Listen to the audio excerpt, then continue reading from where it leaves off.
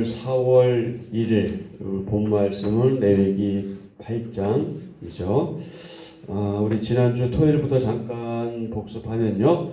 먼저 6장 1절부터 21절은 나시린에 관한 법이고요.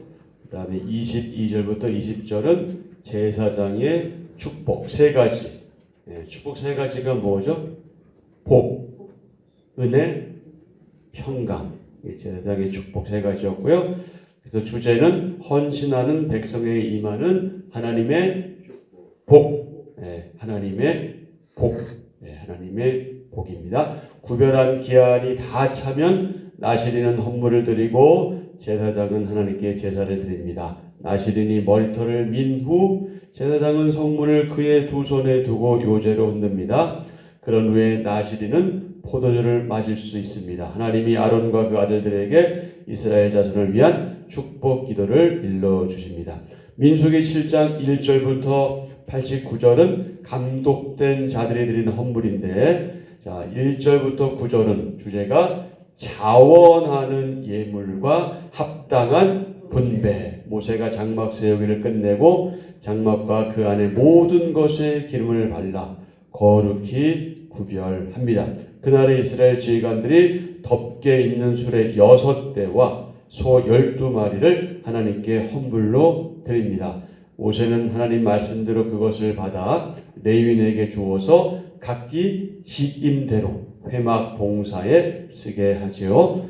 그 다음에 10절부터 89절 감독된 자들이 드린 헌물, 중심으로 드린 예물 응답하시는 하나님. 제단에 기름을 바르던 날 지휘관들이 제단에 하루 한 사람씩 봉헌물을 드립니다. 12지파가 드린 헌물은 지파마다 소재물로 기름 섞은 고운 가루를 채운 음반 하나와 은발이 하나, 향을 채운 금그릇 하나, 번제물, 속죄제물, 화목제물 등이죠. 회막에 들어간 모세는 하나님의 말씀을 듣습니다. 오늘 민수기 8장 1절부터 13절인데요. 8장은 성막 안에 등잔을 차려놓는 방법, 또 레위 사람을 요제로 여호와 하나님께 드리는 그런 내용입니다. 오늘의 주제는 빛을 비추는 삶, 거룩한 부르심. 한 번 더요. 빛을 비추는 삶, 거룩한 부르심. 아멘. 1절입니다. 여호와께서 또 모세에게 말씀하여 이르시되 아론에게 말하여 이르라. 등불을 켤 때에는 7 등잔을 등잔대 앞으로 비추게 할지니라 하시매 아론이 그리하여 등불을 등잔대 앞으로 비추도록 켰으니 여호와께서 모세에게 명령하심과 같았더라. 이 등잔대의 제작법은 이러하니 곧 금을 쳐서 만든 것인데 밑판에서 그 꽃까지 쳐서 만든 것이라. 모세가 여호와께서 자기에게 보이신 양식을 따라 이 등잔대를 만들었더라. 여호와께서 모세에게 말씀하여 이르시되 이스라엘 자손 중에서 레위인을 데려다가 정결하게 하라. 너는 이같이 하여 그들을 정결하게 하되 곧 속죄의 물을 그들에게 뿌리고 그들에게 그들의 전신을 삭도로 밀게 하고 그 의복을 빨게 하여 몸을 정결하게 하고 또 그들에게 수송아지 한 마리를 번제물로 기름 섞은 고운 가루를 그 소제물로 가져오게 하고 그 외에 너는 또 수송아지 한 마리를 속죄제물로 가져오고 레위인을 회막 앞에 나오게 하고 이스라엘 자손의 온 회중을 모으고 레위인을 여호와 앞에 나오게 하고 이스라엘 자손이 그들에게 안수하게 한 후에 아론이 이스라엘 자손을 위하여 레위인을 흔들어 바치는 제물로 여호와 앞에 드릴지니 이는 그들에게 여호와께 봉사하게 하기 위함이라. 레위인으로 수송아지들의 머리에 안수하게 하고 내가 그 하나는 속죄제물로 하나는 번제물로 여호와께 드려 레위인을 속죄하고 레위인을 아론과 그의 아들들 앞에 세워 여호와께 요제로 드릴지니라. 아멘. 오늘의 말씀 요약입니다. 하나님 말씀대로 아론은 등불을 등잔대 앞으로 비추도록 켜야 합니다. 모세는 레위인을 데려다가 속죄의 물을 뿌리고 전신을 삭도로 밀고 의복을 빨아 몸을 정결하게 해야 합니다. 아론이 레위인을 하나님께 흔들어 바치는 제물로 드리고 레위인은 수송아지를 제물로 드려 속죄해야 합니다. 8장 1절부터 4절은 등잔을 놓는 방식, 5절부터 13절은 레위인 정결식, 이 두 가지 내용이죠. 성소를 밝히는 빛은 등잔대 등불입니다. 그렇기에 등잔대 위치 또 방향이 매우 중요합니다. 등잔대가 진설병 맞은편 남쪽에 위치하기에 하나님은 어두운 성소를 골고루 비출 수 있도록 7 등잔을 등잔대 앞으로 비추게 하라 그렇게 명하십니다. 자, 2절, 3절, 4절 아론에게 말하여 이르라 등불을 켤 때는 7 등잔을 등잔대 앞으로 비추게 할지니라 하시매 아론이 그리하여 등불을 등잔대 앞으로 비추도록 켰으니 여호와께서 모세에게 명령하신과 같았더라. 이 등잔대의 제작법은 이러하니 곧 금을 쳐서 만든 것인데 밑판에서 그 꽃까지 쳐서 만든 것이라. 모세가 여호와께서 자기에게 보이신 양식을 따라 이 등잔대를 만들었더라. 아멘. 모세가 자기 마음대로 한 것이 아니라 자기 계획대로 뜻대로 한 것이 아니라 하나님께서 말씀하신 대로 보이신 양식을 따라서 이 등잔대를 만들었다. 이렇게 말씀하고 있습니다.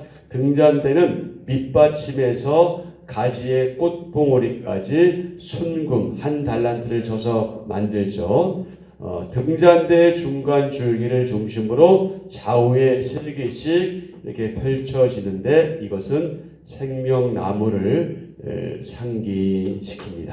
자, 등잔대는 시작. 등잔대는 성소에 계신 하나님의 임재와 생명을 상징합니다. 예수님은 어두운 세상에 생명의 빛으로 오셨습니다.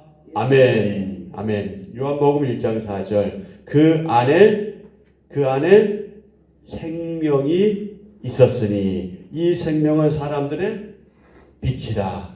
아멘. 1장 9절. 요한복음 1장 9절. 참 빛, 곧 세상에 와서 각 사람에게 비치는 빛이 있었나니. 아멘. 그 빛이 누구시라고요? 예수님, 예수 그리스도. 계속이요. 예수님의 빛과 생명을 받은 성도는 세상을 비추는 빛이 되어야 합니다. 아멘. 너희는 세상의 빛이라. 너희는 세상의 빛이라.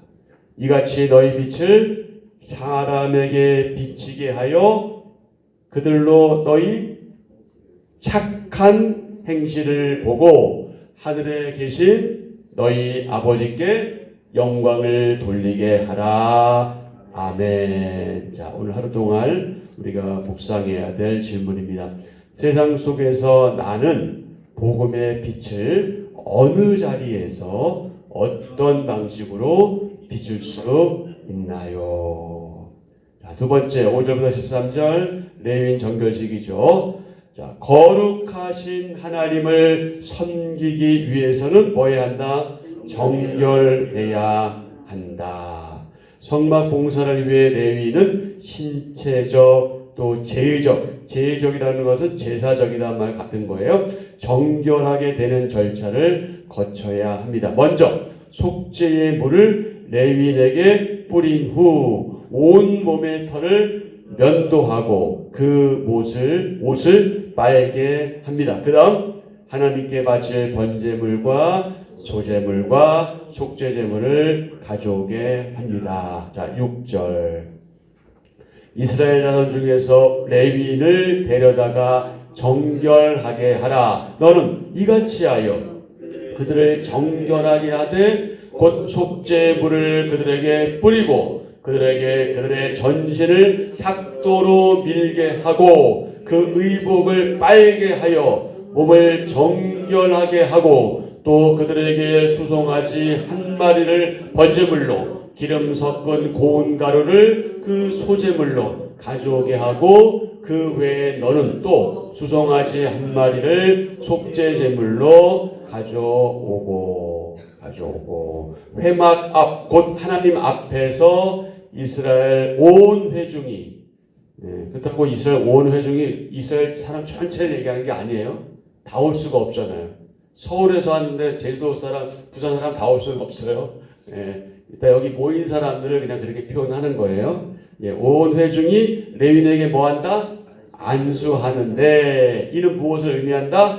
레위인이 이스라엘 자손을 대신해서 성막에서 섬김을 의미한다. 그 성막은 제한된 장소인데 이스라엘 모든 백성이 다 거기서 섬길 수가 없으니 레위인들이 그 일을 하는 거래요. 그러니까 자기들 대신해서 그 일을 하는 것이기 때문에 이제 안수를 하는 것을 우리가 여기서 확인할 수 있죠. 자, 9절. 레위인을 회막 앞에 나오게 하고 이스라엘 자손의 온 회중을 모으고 레위인을 여호와 앞에 나오게 하고 이스라엘 자손이 그들에게 안수하게 한 후에 아론이 이스라엘 자손을 위하여 레위인을 흔들어 바치는 제물로 여호와 앞에 드릴지니 이는 그들에게 여호와께 봉사하게 하기 위함이라. 아멘. 여러분 이 봉사라는 표현은 다 아시지만 섬긴다는 말과도 같고요. 그것은 예배와 연결되는 얘기니까 보통 우리가 섬긴다 할 때는 일단 기본적으로 하나님을 예배한다 하는 것을 기억할 필요가 있고요. 그리고 또 서로 또 섬기고 봉사하는 것도 포함됩니다. 그러니까 섬긴다는 것은 기본적으로 예배한다 이렇게 기억하시면 좋겠습니다. 레위인이 이스라엘 자손을 대신해서 성막에서 하나님을 섬기는 것, 하나님을 예배하는 것을 의미한다. 자, 아론은 레위인을 흔들어 바치는 제물로 하나님 앞에 드립니다. 그런 후 레위인이 제물을 드려서 속죄하면 뭐가 끝난다고요? 하나님을 섬길 준비가 끝난다. 12절. 레위인으로 수송아지들의 머리에 안수하게 하고 내가 그 하나는 속죄제물로 하나는 번제물로 여호와께 드려 레위인을 속죄하고 레위인을 아론과 그의 아들들 앞에 세워 여호와께 요제로 드릴지니라. 아멘. 거룩하신 다 같이요. 거룩하신 하나님을 섬기기 위해서는 구체적인 봉사 이전에 정결한 몸과 마음이 먼저 준비되어야 합니다. 아멘. 거룩하신 하나님을 예배하기 위해서는 구체적인 봉사, 섬김도 중요하지만 동시에 또는 이전에 정결한 몸, 정결한 마음이 먼저 준비되어야 한다. 자, 오늘 또 하루 동안 묵상해 될 질문. 하나님 일에 헌신하기 위해서 나에게는 어떤 준비가 먼저 필요할까요? 자, 모든 것을 하나님이 말씀하신 그대로 해야 하는데 여호와께서 말씀하셨다, 여호와께서 또 모세에게 말씀하여 이르시되 이런 표현이 반복되는 이유가 있겠죠. 그것은 무엇일까요? 이 모든 것들은 하나님께서 말씀하시는 거다. 하나님이 주신 거다. 사람들이 모세나 아론이 고안해낸 것이 아니라 생각해낸 것이 아니라 하나님께서 말씀하신 거다. 이것을 강조하기 위한 표현이고요. 그래서 우리는 영적 지도자의 본분에 대해서 우리는 깨달을 수 있습니다. 영적 지도자는 하나님의 말씀을 전달하는 사람이기에 그러니까 그 사람이 대단해서가 아니라 하나님 말씀을 전달하는 사람이기에 자신의 말이나 지혜가 아니라 오직 하나님께서 주신 말씀, 하나님의 말씀, 하나님이 깨닫게 하신 지혜만을 나누어야 한다. 자기 생각, 자기 말 해서는 안 된다. 거룩하신 하나님과의 교제가 이루어지는 곳에 인간의 지혜나 또 인간의 어떤 노력이나 심지어 인간의 죄악된 것들이 들어설 여지가 없다. 그래서 사람들은 철저하게 어떻게 해야 되느냐? 하나님의 법을 따라야 한다. 하나님의 법을 따라야 했던 거죠. 하나님이 우리에게 제시하신 유일한 구원의 길이 있습니다. 그 길은 어떤 길입니까? 메시아 예수 그리스도의 그 십자가의 길입니다. 그 십자가의 길. 죄인이 정결하게 되는 방법, 그것은 무엇입니까? 하나님께서 제시하신 그 길을 따라가는 거죠. 충실히 따라가는 겁니다. 자, 레위인이 어떻게 들어졌다고요?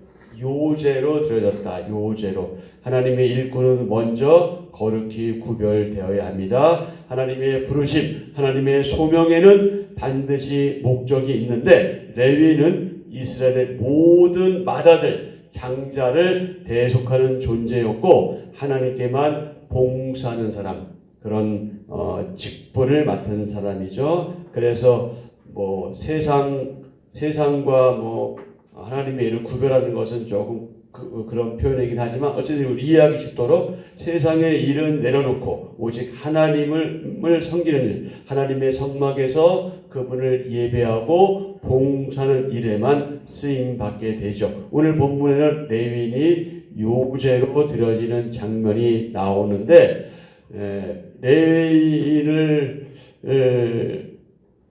여기서 뭐 요제를 흔들어 바치는 거라고 하니까 레위인을 놓고서 막 이렇게 흔들어 이렇게 생각하시면 안 되고요. 그런 건 아니고 이제 우리 표현상 그런 거고요. 흔들어 드리는 제사를 이제 요제라고 하는데 제물을 앞뒤로 흔들어서 하나님께 드리는 방식이죠. 보통 요제를 드릴 때는 제물 중에서 예를 들어 그 양의 뭐 또는 소의 넓적다리를 이렇게 들고 흔드는 그런 것인데요. 8장에서 요제로 드려진 것은 놀랍게도 제물이 아니라 누구였다? 레위인이었단 말이에요. 사람이었단 말이죠. 레위인. 요제는 이번 번제물이 하나님의 것이 되었음을 선포하는 겁니다. 요제로 드려진 레위인은 그가 누구의 것이 되었다? 하나님 것이 되었다는 것을 이제 상징적으로 이제 보여주는 겁니다. 그래서 레위는 하나님의 것이 되었기에 오직 누구만을 위해서? 오직 하나님만을 위해서 살고 그분의 일만 하는 존재가 된 것이죠. 레위는 봉사하기 위해서, 섬기기 위해서 요제로 드려졌습니다. 레위의 존재의 목적은 오직 하나님뿐이다. 오직 하나님이다. 그들은 하나님의 소유이고 하나님의 것이고 성막의 기물들을 관리하고 운반하는 일을 맡았습니다. 그래서 하나님은 레위인을 요제로 받아서 여호와께 봉사하게 하셨습니다. 일을 먼저 시키시고 그때 가서 구별하시는 것이 아니라 먼저 구별하고 일을 맡기신다. 이게 우리 지역교회들의 어쩔 수 없는 한계 상황인데요. 일꾼들이 너무 부족하잖아요. 이 목회자 외에, 사역자 외에 일꾼들이 너무 부족하다 보니까 조금만 교회에서 열심히 다 하면은 막 어느 부서든지 막 서로 데려가려고 하잖아요.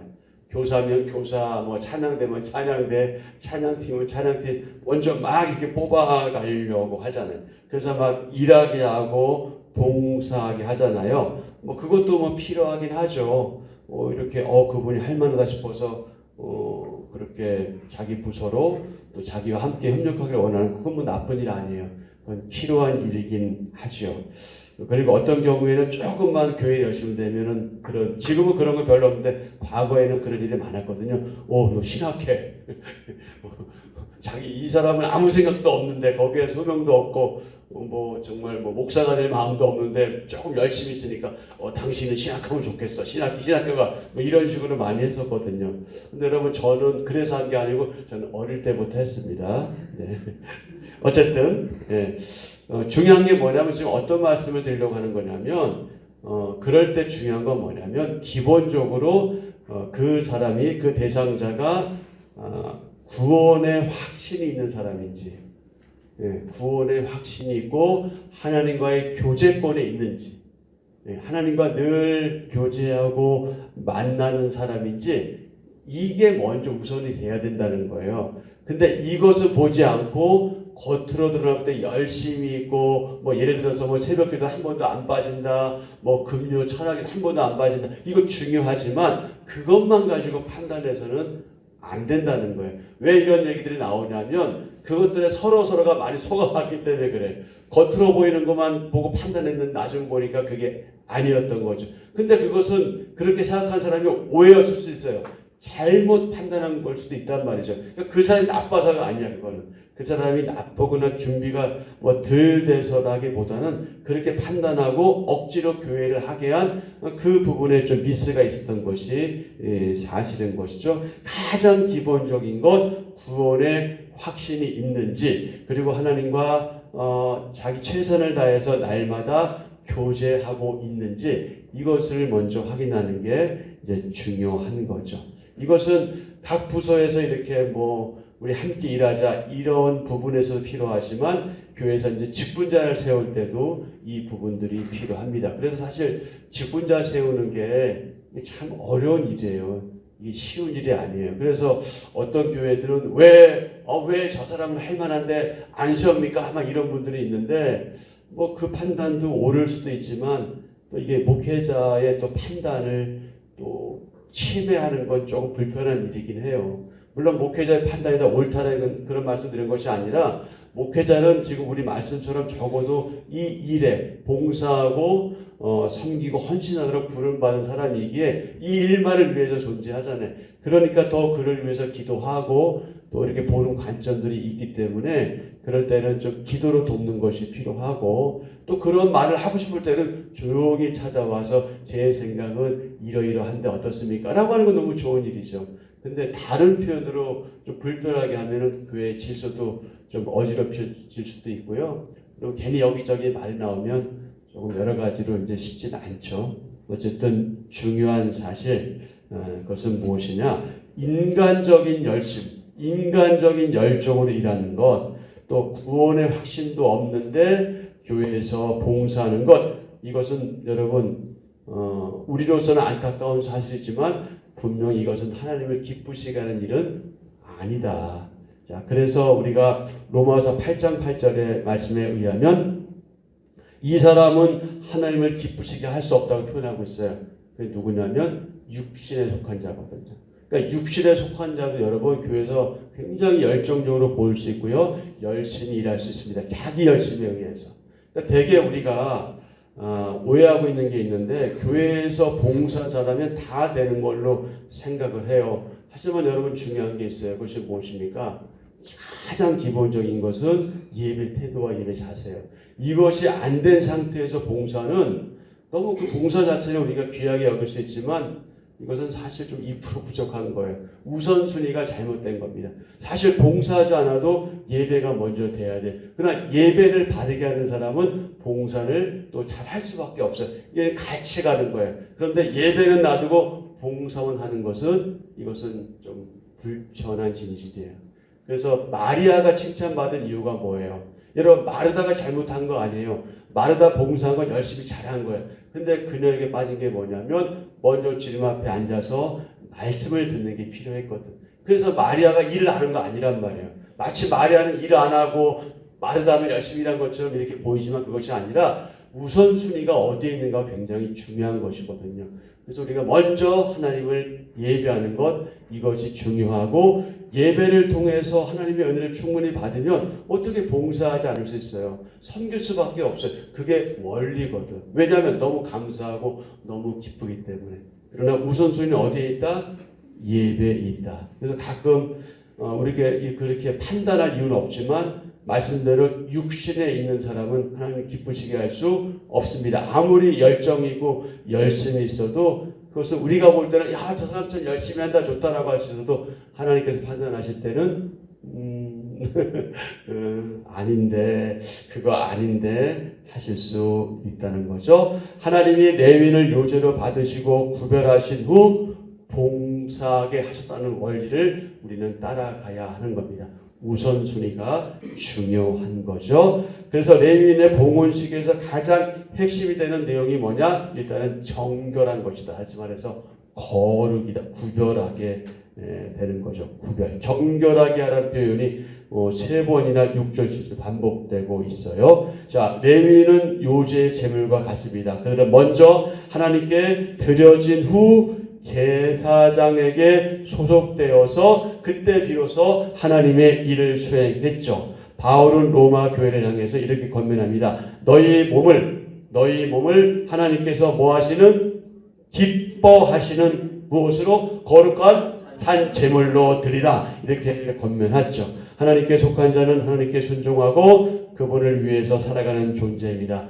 등불에 불을 밝혀 자신의 소명을 이루는 것처럼 우리 하나님의 사람들은 하나님의 말씀에 순종해서 사명을 감당해야 합니다. 말하자면 이것이 무엇이냐? 하나님께 드리는 산 제사다. 자, 한 절 묵상입니다.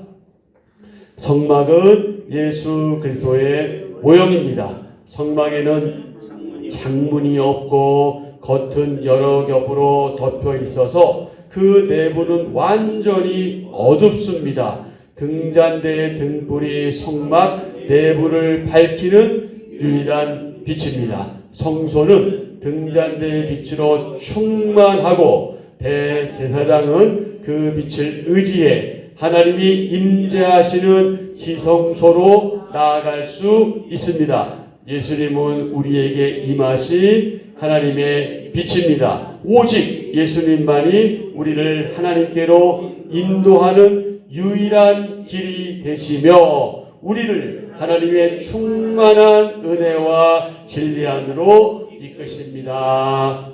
아멘. 자, 오늘의 기도 함께 드립니다. 하나님, 생명의 말씀을 따라 어두운 곳에 참된 빛을 비출 수 있길 소망합니다. 세상에 살지만 하늘에 속한 구별된 자로서 제 인생이 주님께 온전히 드려지길 원합니다. 그리스도의 의로 옷 입고 정결함을 갖춰 하나님이 쓰시기 좋은 그릇 되게 하소서. 예수님의 이름으로 기도합니다.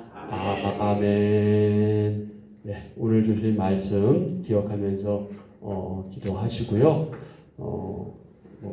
더 이상 다른 설명 필요 없이 지금 이 나라가 참 이상한 나라가 되어가고 있죠. 나라를 위해서 또 저 불쌍한 저 어리석은 정치인들을 위해서 기도하시고 하나님께서 은혜와 복을 더하시기를 이 나라 불쌍히 여기시고 바른 길로 인도해 주시기를 정의와 공의가 이 땅에 실현되기를 하나님께서 이 땅 고쳐주기를 위해서 기도하시고요. 또 교회와 가정을 위해서 기도하시고 또 특별히 환우들을 위해서 기도하시는데 우리가 이제 여러분들을 놓고 기도해 왔잖아요. 그동안 그 가운데 오늘은 특별히 그 1구역의 그 진성자 성도를 위해서 좀 기도 부탁드립니다. 주일날 잠깐 이제 뵀어요. 그래서 이제 그 동안은 그 지체들에게 기도 제목을 이제 부탁이라기보다는 전에 좀 이제 그런 얘기를 했을 때 다른 데서 자꾸 그걸로 사람들 불편하게 했던 기억이 있나 봐요. 그래서 기도 제목을 공식적으로 내놓기를 좀 꺼려했었는데 제가 이제 교회에 내놓고 기도하겠다고 했더니 이제 그렇게 하겠다고 제가 말씀드린 거거든요. 뼈까지 좀 이렇게 머리나 어깨 이런 뼈까지 좀 이렇게 암이 좀 전이 된 상태에 있나 봐요. 좀 불편해하는 모습을 좀 봤는데 하나님께 은혜를 구할 수밖에 없지 않겠습니까? 진성자 성도님 위해서 관심 가져주시고 기도 부탁드립니다. 우리가 누구나 죽음 앞에서 자유스러운 사람은 없어요. 우리가 아무리 하나님께 간다고 해도 막 나 죽여주세요 이런 사람은 없잖아요. 참 고통스러운 가운데 지금 있고 지금 항암 치료하는 가운데 있어요. 이제 의사 말로는 그렇게 좋은 결과를 기대하기는 좀 한계가 있는 것 같고 그냥 계속 유지된 것으로 이제 좀 본인은 감사한다 이렇게 말씀하셨거든요. 그래서 고통이 좀 심한 것 같아요. 웬만한 암 환자들이 겪는 그 고통 다 아시잖아요. 하나님께서 은혜 베푸시기만을 위해서 좀 기도해 주시고요. 오늘은 그 교단 루디아 장학회에서 수련회가 있습니다. 그래서 우리 교회 권사님들 4분이 거기에 참석합니다. 오가는 발걸음 하나님께서 인도하시고 안전사고 없도록 도와주시고 또 그곳에서 또 좋은 또 성도의 교제가 있게 하시고 하나님 주신 은혜 경험하고 올 수 있도록 위해서 기도 부탁드리겠습니다.